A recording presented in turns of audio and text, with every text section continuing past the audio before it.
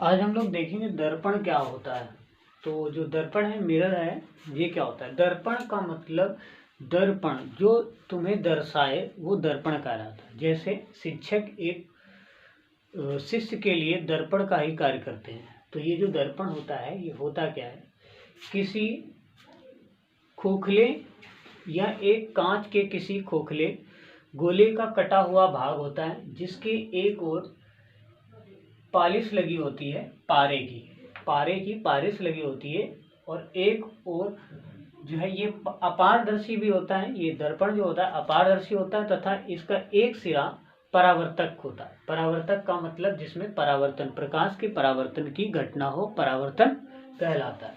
तो देखिए ये जो दर्पण है दो प्रकार के होते हैं, समतल दर्पण फिर एक गोली दर्पण। समतल दर्पण में क्या होता है, ये बिल्कुल सीधा होता है और इसका एक भाग परावर्तक तल होता है, परावर्तक तल का कार्य करता है। इस तरफ इसमें रेड ऑक्साइड की पॉलिश लगी होती है। इसके बाद में इसमें कोई प्रकाश की किरण जैसे ये पड़ी और ये अपने माध्यम में उसी से वापस हो जाती है। इस घटना को क्या बोलते हैं, प्रकाश का परावर्तन। ठीक है। गोली दर्पण क्या होते हैं, गोली दर्पण दो प्रकार के होते हैं, अवतल दर्पण तथा उत्तल दर्पण। तो अवतल दर्पण कैसा होता है, तो जो अवतल दर्पण होता है वो उसका जो एक भाग होता है ये, उत्तल दर्पण में परावर्तक जो तल होता है वो उभरा हुआ होता है। अवतल दर्पण में जो परावर्तक तल होता है दबा हुआ होता है। तो इतनी बात आपको समझ में आई होगी। अब हम लोग देखेंगे उत्तल तथा अवतल। देखिए ये परावर्तक तल होता है, ये परावर्तक तल होता है, इसमें ये परावर्तक तल होता है, इसमें ये परावर्तक। इसका जो अवतल दर्पण का परावर्तक तल होता है ये दबा हुआ होता है, उत्तल दर्पण का परावर्तक तल जो होता है वो उभरा हुआ होता है, परावर्तक तल।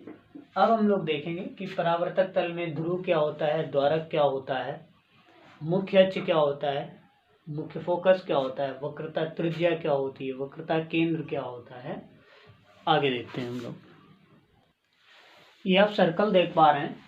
मान लेते हैं कि ये कांच का एक गोला है, ठीक है, और इसका जो केंद्र है वो तुम्हारा है P। इसको C में मान लेते हैं, ये जो पॉइंट है इसको C मान लेते हैं, और यहाँ से इसको इस परिधि से, वृत्त की परिधि से मिला देते हैं, तो ये हो जाती है त्रिज्या, वृत्त की त्रिज्या। अब क्या करते हैं, इतनी दूर से हम इसी गोले में, कांच के गोले में पॉलिश कर देते हैं। पॉलिश करने के बाद में इसको हम काट लेते हैं। तो देखिए वक्रता केंद्र क्या होता है, दर्पण जिस गोले के कटे हुए भाग का, जिस गोले के कटे हुए भाग का केंद्र होता है। देखिए ये जो केंद्र है, उस गोले का जो केंद्र था, जिसका ये कटा हुआ भाग है, जिसका ये दर्पण कटा हुआ भाग है, उसका ये केंद्र है, इसे बोलते हैं वक्रता केंद्र, वक्रता केंद्र। इसके बाद में यहां से यहां तक की जो, इसे बोलते हैं दर्पण का ध्रुव P। इसे बोलते हैं दर्पण के द्वारक। क्या होते हैं ये, M1 M2 द्वारक। ये क्या होता है, दर्पण का ध्रुव। इसको अगर और आगे तक मिला दिया जाए तो ये टोटल क्या कहलाती है, दर्पण की वक्रता त्रिज्या, इन्फिनिटिव तक। ये क्या होती है, वक्रता, ये सॉरी इसे बोलते हैं मुख्य अक्ष, दर्पण का मुख्य अक्ष। अब देखते हैं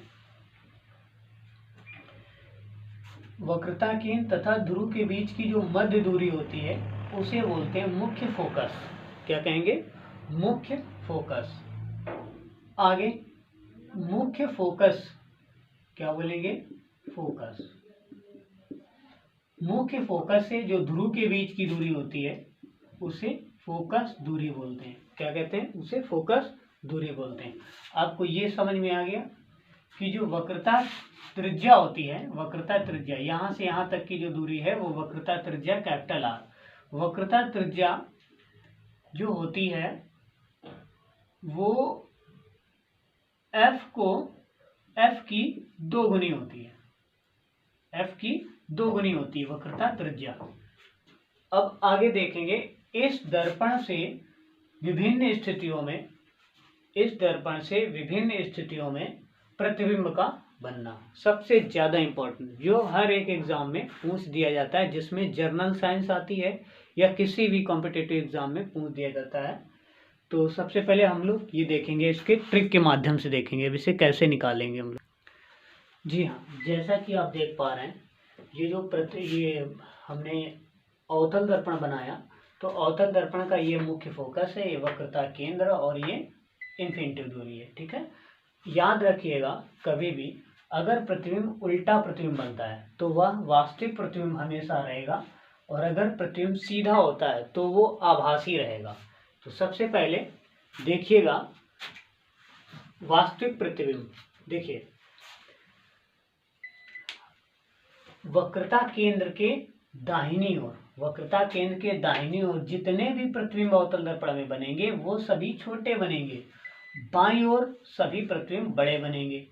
अब बात करते हैं कि कौन सा छोटा और कौन सा बड़ा कहाँ पर बनेगा। देखिए, तो सबसे पहले अगर वस्तु यहाँ पर 1 नंबर, देखिए हमने इसको पॉइंट बाय पॉइंट रख दिया है। पॉइंट नंबर 1, यहाँ पर हम लोग वस्तु रखते हैं, वस्तु का क्षेत्र है और यहाँ पर बनेगा प्रतिबिंब। ठीक है, बिल्कुल अभी का अभी बिल्कुल लर्न हो जाएगा तुरंत। देखिए वस्तु 1 नंबर पे रख दी हमने, तो प्रतिबिंब वाले में 1 नंबर कहाँ है, यहाँ पर। तो प्रतिबिंब कहाँ पर बनेगा, मुख्य फोकस पर बनेगा।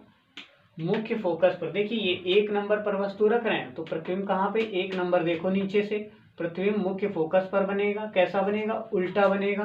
किनके बीच बनेगा बताइए, ध्रुव तथा मुख्य फोकस के अनंत पर प्रतिबिंब वस्तु रखी हुई है, तो प्रतिबिंब हमेशा अनंत पर से हटकर कहाँ बनेगा, मुख्य फोकस पर बनेगा। मुख्य फोकस पर वस्तु अगर 1 नंबर पर है तो मुख्य फोकस में भी 1 नंबर पर बनेगा, मुख्य फोकस पर बनेगा प्रतिबिंब।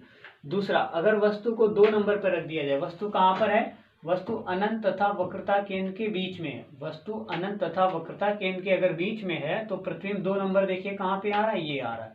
तो वस्तु प्रतिबिंब कहाँ पर बनेगा, वक्रता केंद्र तथा मुख्य अक्ष के मध्य में बनेगी।